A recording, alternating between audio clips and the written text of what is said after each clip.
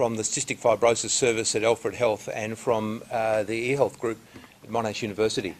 This is actually a very important day for us because over the last 10 years we've developed an electronic health record, telemedicine capacity and management of other parameters in healthcare, including risk management and convergent technologies that will help us to deliver better healthcare for our patients. For those of you who are not aware, today we'll be doing a demonstration of these different technologies, particularly involving some of the patients from the Cystic Fibrosis Service. These patients are volunteers. They're well aware that you, members of the public and some involved in government, will be seeing them and understand their medical condition. It is a life-limiting condition. It is a condition that involves management over a long period of time from birth all the way through to adulthood and hopefully lung transplantation. That means collection of a lot of information, decision-making, collation of management plans, and we expect the best possible outcomes because of that. Without information technology, we're not able to achieve any of it.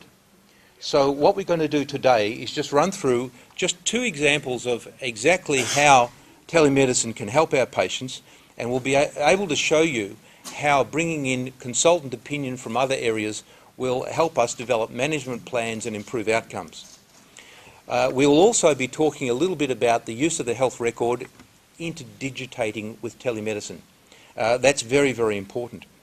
Another point to make about this is that for those who have not used telemedicine before or seen it work like this, is that we're going to be using 2 different systems. And I won't say too much about the technical side of that, but that I would like you just in your own minds just to contrast and compare the different examples that we're going to be presenting for you. At the end of that, there is an opportunity for questions, and if people have any burning issues after that, we're very happy to stay and chat and give you more information. So what I'd like to do now is I'd like to invite our Dean of Medicine, Nursing and Health Sciences, Professor Christina Mitchell, just to say a few words on behalf of the faculty. Thank you, Christina. Thank you so much, John, and welcome Minister Rich-Phillips, and thank you so much for coming today, and thank you for the support of your government. Distinguished guests, welcome. It's a great pleasure to be here today to see another step forward in terms of the development of better healthcare, which is led by cutting-edge research. The digital age has given us an enormous opportunity to improve access to medical health care for all Victorians, as well as provide new skills where the need exists. Monash University has been a leader in the implementation of technology through research programs on all of its campuses. Monash University report on the potential of high-capacity broadband in health has been used to formulate policy for the rollout of the nation's telemedicine programs. Furthermore, Monash has contributed to the parliamentary inquiry into NBM, demonstrating a central role for effective IT services in the delivery of healthcare to both Victoria and to our nation. In welcoming you today, we believe that the Victorian Government's investment in the BEIP2 grant awarded to Monash University will be rewarded to the community manyfold and will result in improved health outcomes for all of Victorians. We thank the Government and you for your support. I would like to congratulate Professor John Wilson and his team, Professor Tom Kotsimbis, Associate Professor Alan Cheng, the Alfred Hospital, the Cystic Fibrosis team at the Alfred Hospital, the industry partners that have supported this development, Riskman, Attend Anywhere and Smart Health Solutions. So thank you very much and congratulations to all. Thanks very much, Chris, for those kind few words. I'm going to start now with our first demonstration, and I'm going to go over now to Professor Tom Kotsimbos. So I have a phone call from Denise Clark, our coordinator. Denise, hello. Hi Tom. I've got David Smith in a video waiting room. He's been unwell for about 24 hours, and I was wondering if you could do a review with him, please. Certainly. I'm heading into the review room now. Thanks, Denise. Yeah, okay, great. Thank you. Hi, Tom. Denise, hello. And hello, David. Hi, Tom. How are you going? Very good, thank you. To it, thanks. Okay, thanks. Now, I've heard you've been a bit unwell, David, and this is in between clinic appointments for you. What's been happening? Can you tell me? That's right. Look, I've been feeling unwell for about a day, and I've had some headaches and aches and pains, and I've been coughing up a bit more than I normally would. And I took my temperature this morning, and it was 39.5. Okay, you're certainly not looking your chirpy self, so this sounds very different to your normal CF infection type problems, and I've got to say, it sounds like the flu. Do you remember several months ago we gave you a flu test to take home just for this very scenario? Have you got that nearby? Could you, I do actually. yeah, could you run that test, showing me how you're doing it, and then show me the result, please, David? Okie doke. So David's taking a nasal swab, a bit of secretions from there, and then he puts it into a little tube, and there are reagents there that interact with his biology, and then if there's a positive result indicating the virus there, that'll tell us. That's good, David. That's excellent. Well, you've remembered it well.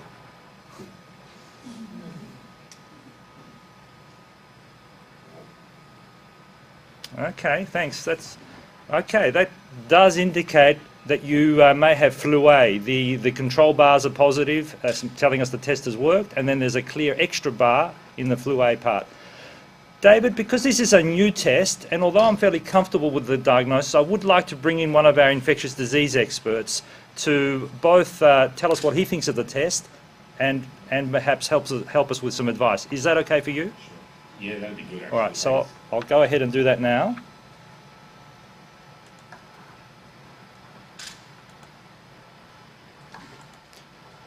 Professor Alan Cheng is the ID consultant I'm calling in.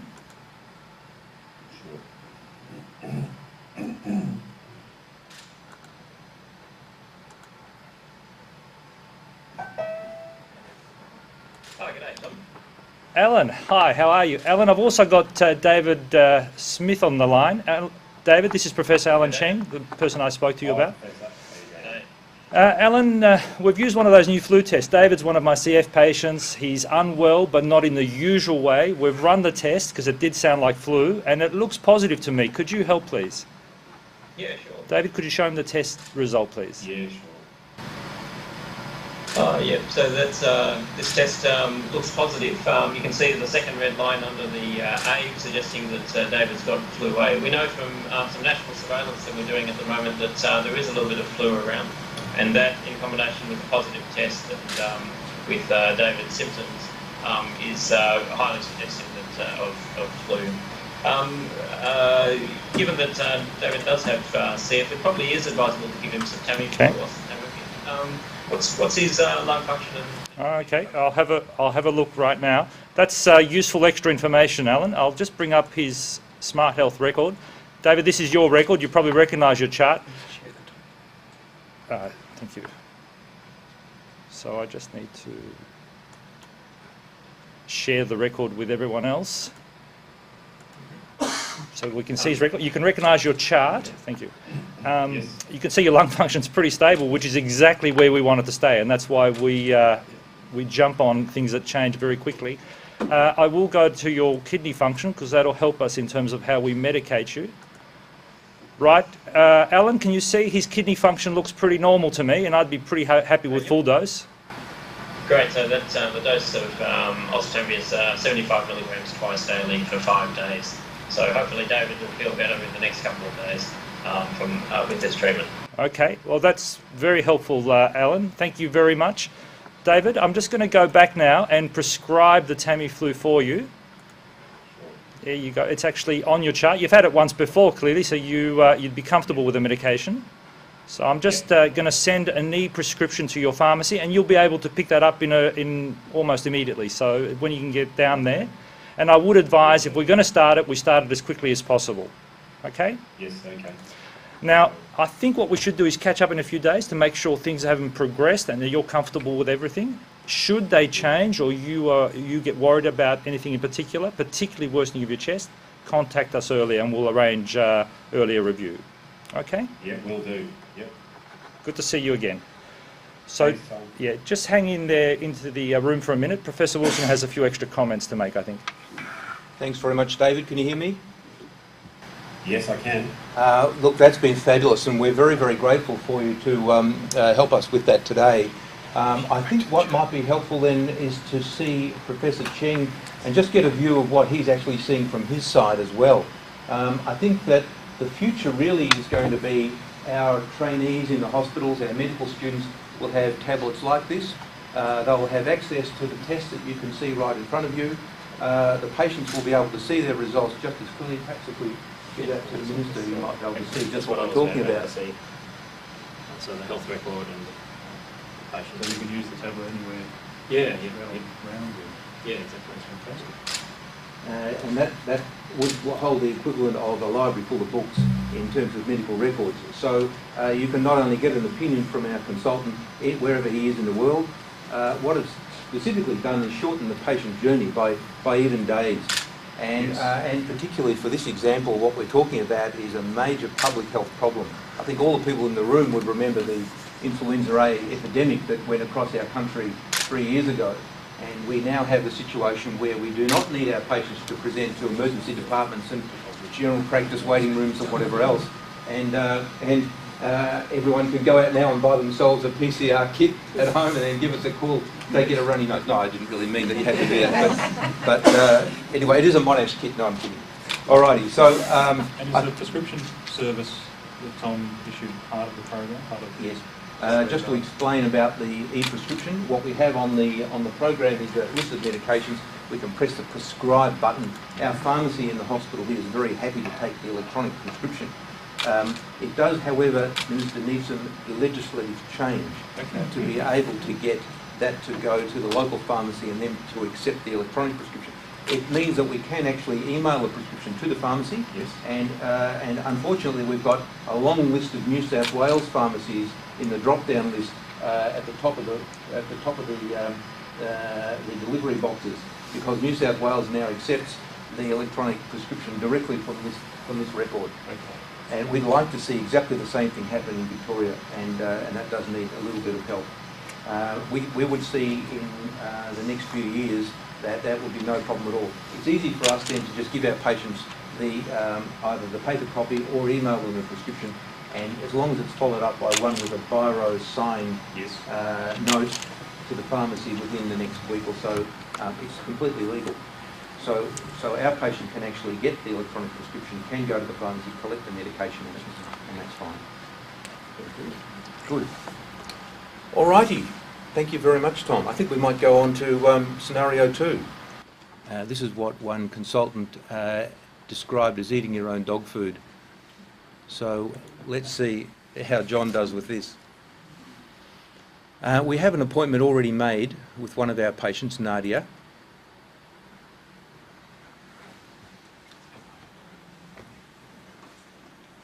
And good morning, Nadia. How are you? Good. How are you, John? Okay.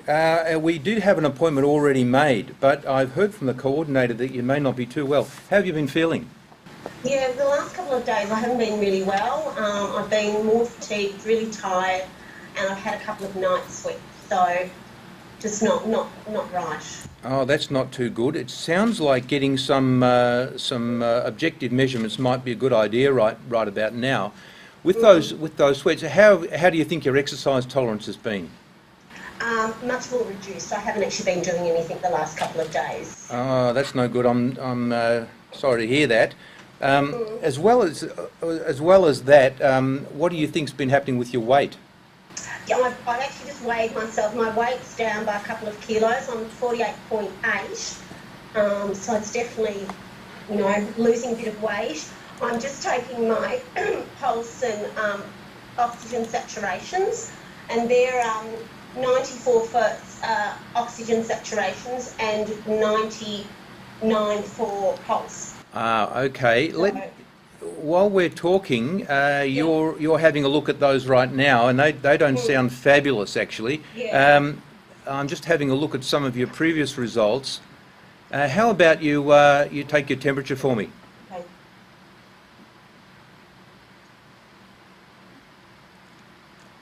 What have you got there? Temperature is 38.7, so Ah, not good. no, that's a pity, isn't it? It sounds like you're not that great and you're ready to do some lung function for us. Why don't you have a puff there and we can see how that compares? Okay.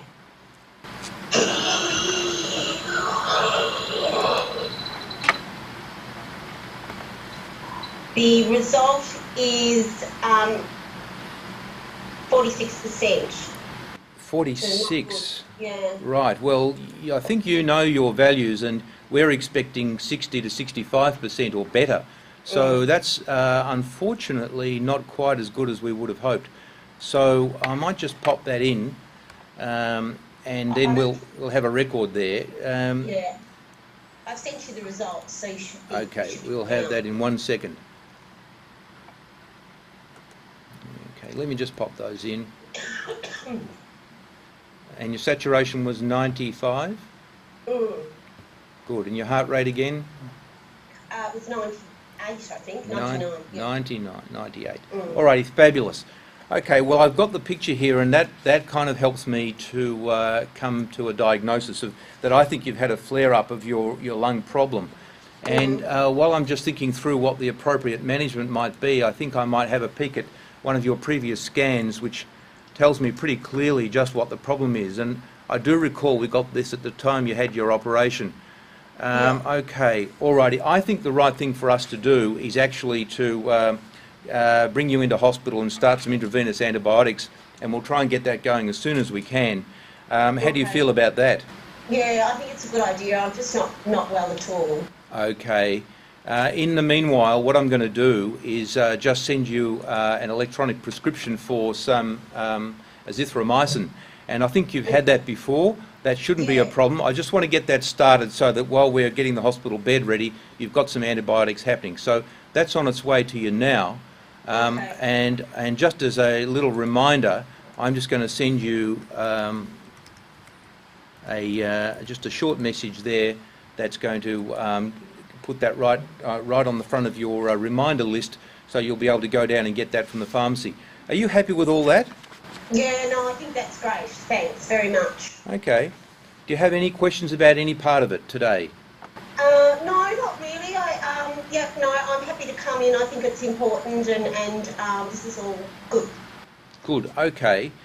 Now, I think that just about sums up what we wanted to achieve with the discussion this morning, and I think that the people in the audience may have some questions particularly about that. So I'm going to depart from the script a little bit and let's turn the camera around. Hello. There we go. Yeah. All right. Now, Minister Rich-Phillips is in the front row next to the lady in the pink dress. Okay. Hello. Do you have any particular questions for Nadia, Minister? Nadia, how have you found using telehealth as opposed to having to come into a clinic every time? Yeah, look, it makes a big difference because CF is such a, it's long term and it's quite a busy schedule, and I really want to work and enjoy normal life as normal as possible. So it makes a huge difference in terms of me being able to get on with work and other aspects of my life, my social life, and and just reduces the time it takes to do all this. So it's also sort of, I guess, comforting, and you feel, good in the knowledge that you have this sort of access, and able to get immediate sort of information about strategies to help you with managing your health and so forth. And you don't you don't feel any loss of service in the sense of not having the face-to-face contact all the time? Not really, because I've been part of the system for 44 years, and sort of also have an ability to call, and I know that if I was really concerned about something, I could come in to see somebody. I don't really feel more distant than coming in. I think, I've already created a really good bond with the health and medical team here, so that gives me the confidence to do these sorts of remote meetings and so forth, to get sort of good information on managing my health. That's fantastic, and thank you for participating in the demonstration this morning. No, happy to do it. Yeah. Um, Thank you very much. Thank you, Nadia. Do you mind staying there for a few minutes, Nadia? No. All right, you can join us for this part. And thank you very much. I'd like to now invite Minister Rich-Phillips just to say a few words. Thanks, John. Thanks.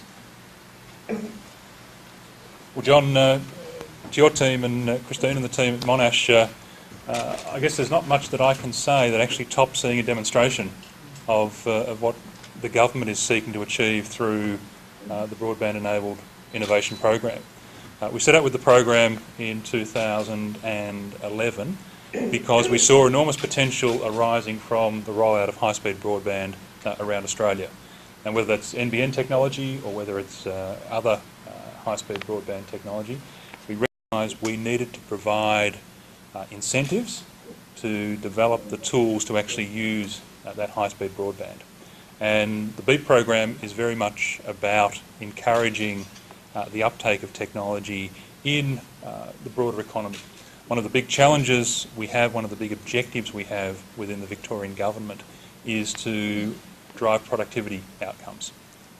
We've seen in the last 5 or 6 years productivity growth in Australia has not been as strong as it needed to be, and Victoria has not been as strong as it needed to be.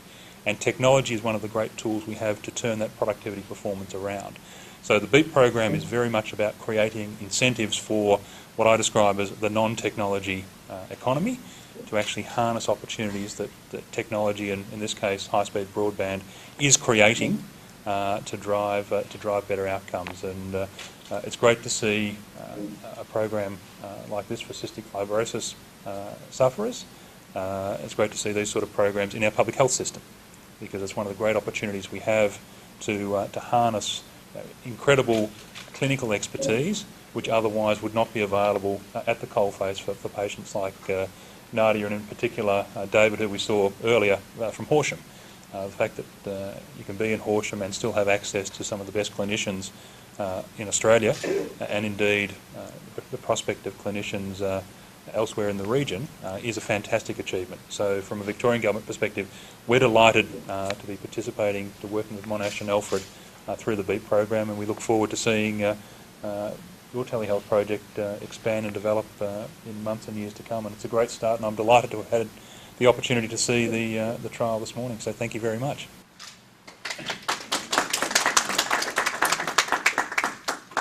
Thank you very much, Minister. That was very kind of you, and we're very, very proud of the work that's been done here, and very grateful, of course, to a number of people, particularly to you and to your department for the opportunity you've given us through the BEIP program. I should also acknowledge Monash University, who have been fabulous supporters of the eHealth program for the last 10 years, and particularly to Alfred Health. I think it's very clear that our patients in the service are right behind this and are certainly able to see what the potential is. And Nadia and David, as you saw a little earlier, are very good examples of people who are able to engage it quite easily.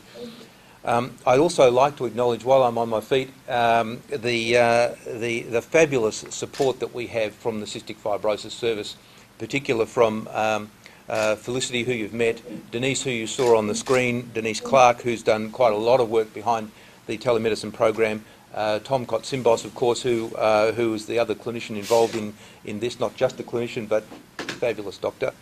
And on top of that, I'd also like to thank Chris Ryan from Attend Anywhere, Mark Rodriguez from Attend Anywhere, Smart Health Solutions, and the people behind Smart Health Solutions giving us the record. So there are so many who actually come together.